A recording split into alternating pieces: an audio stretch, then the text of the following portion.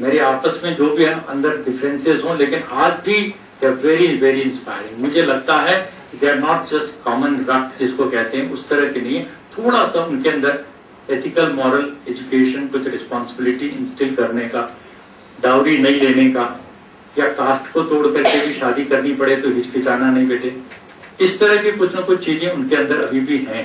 पर्यावरण के प्रति काफी संवेदना पैदा की जा रही है। पूरा का पूरा एक मूवमेंट की इस तरह से डीएवी का एक आंदोलन चल रहा है। इतनी संस्थाएं, मैं खुद गया हूं झारखंड के अंदर इंटीरियर में आदिवासी बच्चों पे गुरुकुल जैसा चला रहे डीएवी के मैनेजमेंट के लोग, प्रिंसिपल सैनी और दूसरे लोग, वो मैंने देखा। प्रिंसिपल ग्रोवर जी के साथ मैंने कितने कितने दिन बिताए, जो आज के आधुनिक हंसराज कहे जा सकते हैं। अब वो नहीं गए, पिछले साल देहांत हो गया उनका। तो इस प्रकार की हस्तियां, मैं समझता हूं कि अभी भी कुछ न कुछ स्पिरिट बाकी है, डीएवी मूवमेंट में भी बाकी है, और आर्य समाज के गुरुकुलों में स्वामी प्रणवानंद जी महाराज यहाँ बैठे हुए हैं, स्वामी देवव्रत जी आचार्य जी बैठे हुए हैं। तो ये सब नौजवानों का इतने गुरुकुल चला रही है प्रणवानंद जी अकेले, और सरकार से कोई खास योगदान, कहीं से कोई वो जो क्या बोलते हैं अनुदान, वो नहीं है। निःशुल्क शिक्षा दे रहे हैं। डीएवी में 50,000 बच्चों को आज भी निःशुल्क शिक्षा, पूरी तरह निःशुल्क शिक्षा मिल रही है, और बढ़िया से बढ़िया जो और बच्चों को देते हैं वो। और फीस वगैरह जो डोनेट, ये सब में दूसरे स्कूल बहुत आगे निकल गए हैं, डीएवी वाले अभी बीच में या लोअर मिडिल क्लास के रैंक में चल रहे हैं। कहने का मेरा मतलब है कि गरीब बच्चों की शिक्षा जितनी हो सके, समतामूलक शिक्षा, बिना कोई जात पात देख के ऊंच नीच का भेदभाव पैदा किए, लड़कों के लिए लड़कियों के लिए भी उतना ही जरूरी, ये सबसे बड़ी बात। आर्य समाज कहे जाता है, या श्रद्धानंद को और हंसराज जी को सबको, कि लड़कियों के लिए शिक्षा में पायनियरिंग वर्क किया, जो अभी तक आगे चल रहा है, और लोग भी आगे आगे, बड़ी अच्छी बात है। अभी देश में इस शिक्षा को एक नए सिरे से, एक नए आंदोलन बनाने के लिए यदि हमें अब जरूरत पड़ेगी कि उसके पिलर्स कहाँ कहाँ ढूंढे, तो मुझे लगता है कि परसों से जो लोग यहाँ पर बैठ करके हुआ को और चिंतन कर रहे हैं, इनमें वो सारे के सारे, वो चाहे शांति निकेतन जिसके आहुचर्य भी पढ़ रहे थे हमारे मित्र, वो भी हो, वहां से भी फिर ढूंढ सकते हैं। वो जो यूटोपिया की बात प्रीतिश ने कही है, आशीष ने कही है, ये वो चीज फिर से जगाने की जरूरत है। एक रेनेसां का दौर फिर से लाने की जरूरत है, और वो हमें शायद सस्टेन करेगा आगे आने वाले दिनों में, जब एक कंज्यूमर कल्चर पूरी तरीके से हमको निगल लेना चाहता है, पर्यावरण को नष्ट कर देना चाहता है, हमारे रिश्ते प्रकृति के साथ और प्राणियों के साथ नष्ट कर देना चाहता है। ऐसे समय में आइए हम लोग फिर से एक बार जो वेद के, उपनिषदों के और हमारा जो वैश्विक चिंतन रहा है पूरा का पूरा सोच का,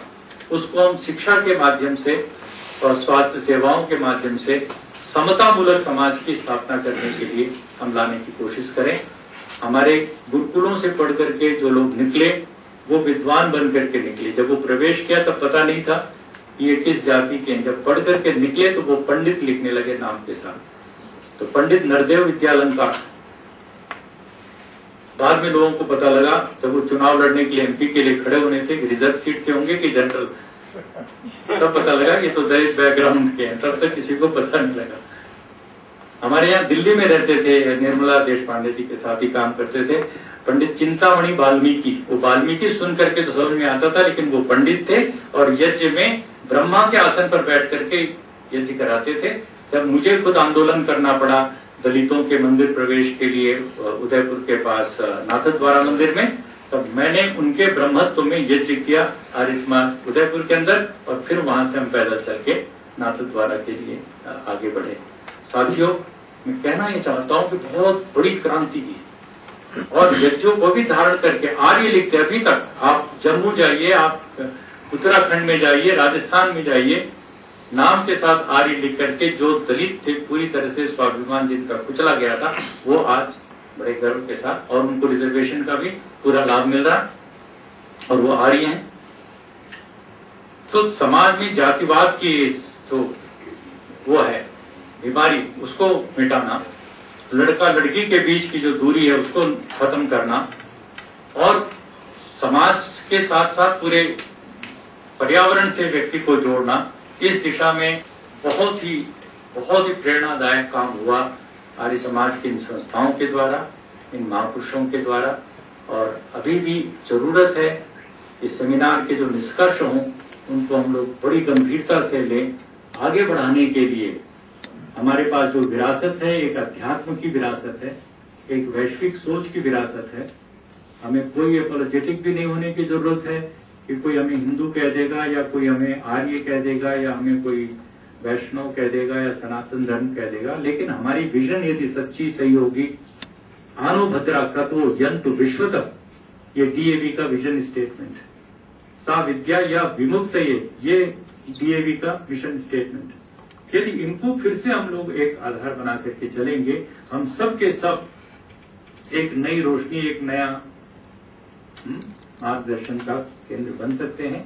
इस विश्वास के साथ मैं अपनी बात को यहाँ पर खत्म करता हूँ और जो भी चर्चा करनी हो